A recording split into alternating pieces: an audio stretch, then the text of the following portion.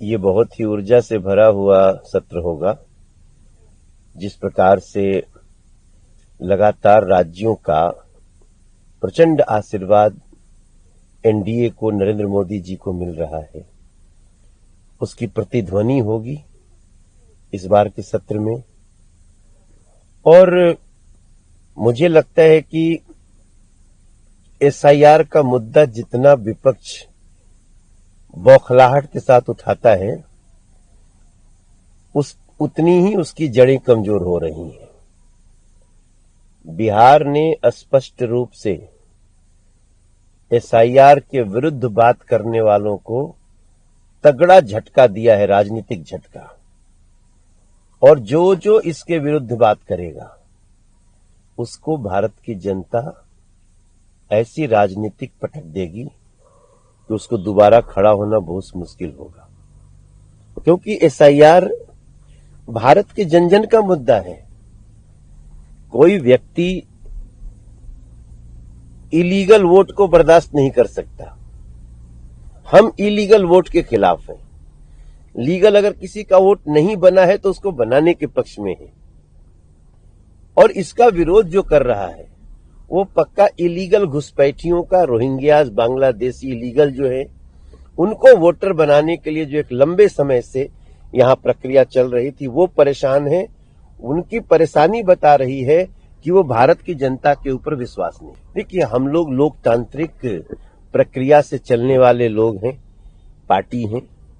और हम तो मैं तो बहुत एक सामान्य सांसद हूं, लेकिन मैं फिर भी ऑल पार्टी के नेताओं से प्रार्थना करूंगा कि संसद वाद के लिए है, संसद डिस्कशन के लिए है। अगर आप कोई कहीं का भी सांसद हो, कोई भी पार्टी हो, आपको देश की कोई ऐसी बात आती है, आप संसद में उसको लाइए, ऑल पार्टी मीटिंग में उसको विषय बनाइए। हमेशा एनडीए की सरकार इस पक्ष में रहती है कि लोकसभा अध्यक्ष उसको लें, उस पर डिस्कशन हो। लेकिन डिस्कशन की जगह जो हल्ला गुल्ला करके सदन को बाधित करने की प्रक्रिया होती है, उससे अब दूर रहना चाहिए। क्योंकि उसका बहुत ज्यादा मार विपक्ष झेल चुका है। वो जितने हल्ला करते हैं उतनी पब्लिक उनको छांटते जाती। देखिए, ये एक धमकी है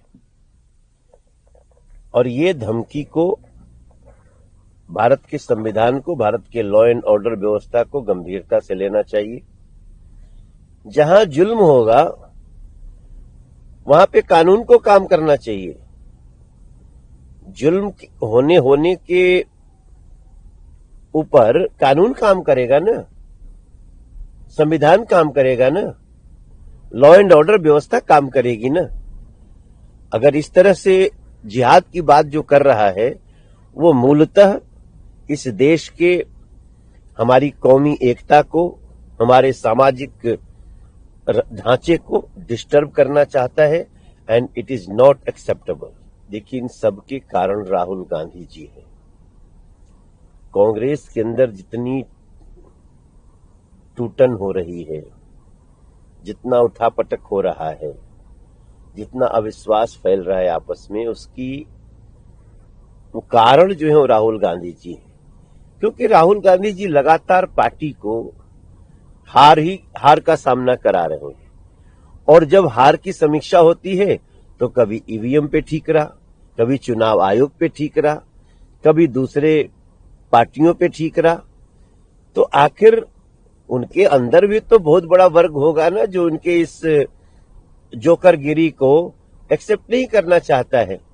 इसलिए नियंत्रण नहीं है केंद्र का उनके ऊपर, यही दिख रहा है। बाकी हमसे क्या मतलब। देखो, राजेश गुप्ता जी जैसे बहुत सारे लोग हैं आम आदमी पार्टी में जो ये महसूस कर रहे हैं कि अरविंद केजरीवाल ने धोखा दिया और वो धीरे धीरे आम आदमी पार्टी को छोड़ रहे हैं। मेरा पूर्ण विश्वास है कि आज नहीं तो कल अरविंद केजरीवाल पंजाब चुनाव के बाद राजनीतिक रूप से समाप्त हो जाएंगे, ऐसा मैं देख रहा हूं। क्योंकि मैं पंजाब भी घूम के आया हूं। असल में एसआईआर की व्यवस्था जो कि लोकतंत्र की बहुत आवश्यक व्यवस्था है।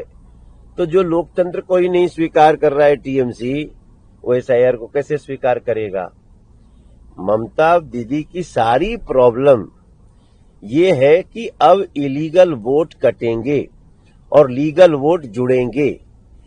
वोटरों की स्पेशल इंटेंसिव रिवीजन हो रहा है, एसआईआर जिसको कहते हैं।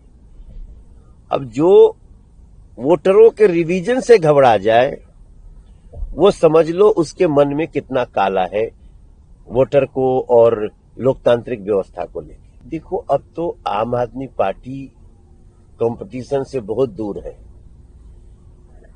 अब चूंकि लोकतंत्र है, एक पार्टी खड़ी होती है तो दूसरी पार्टियों का भी कैंडिडेट खड़ा होता है।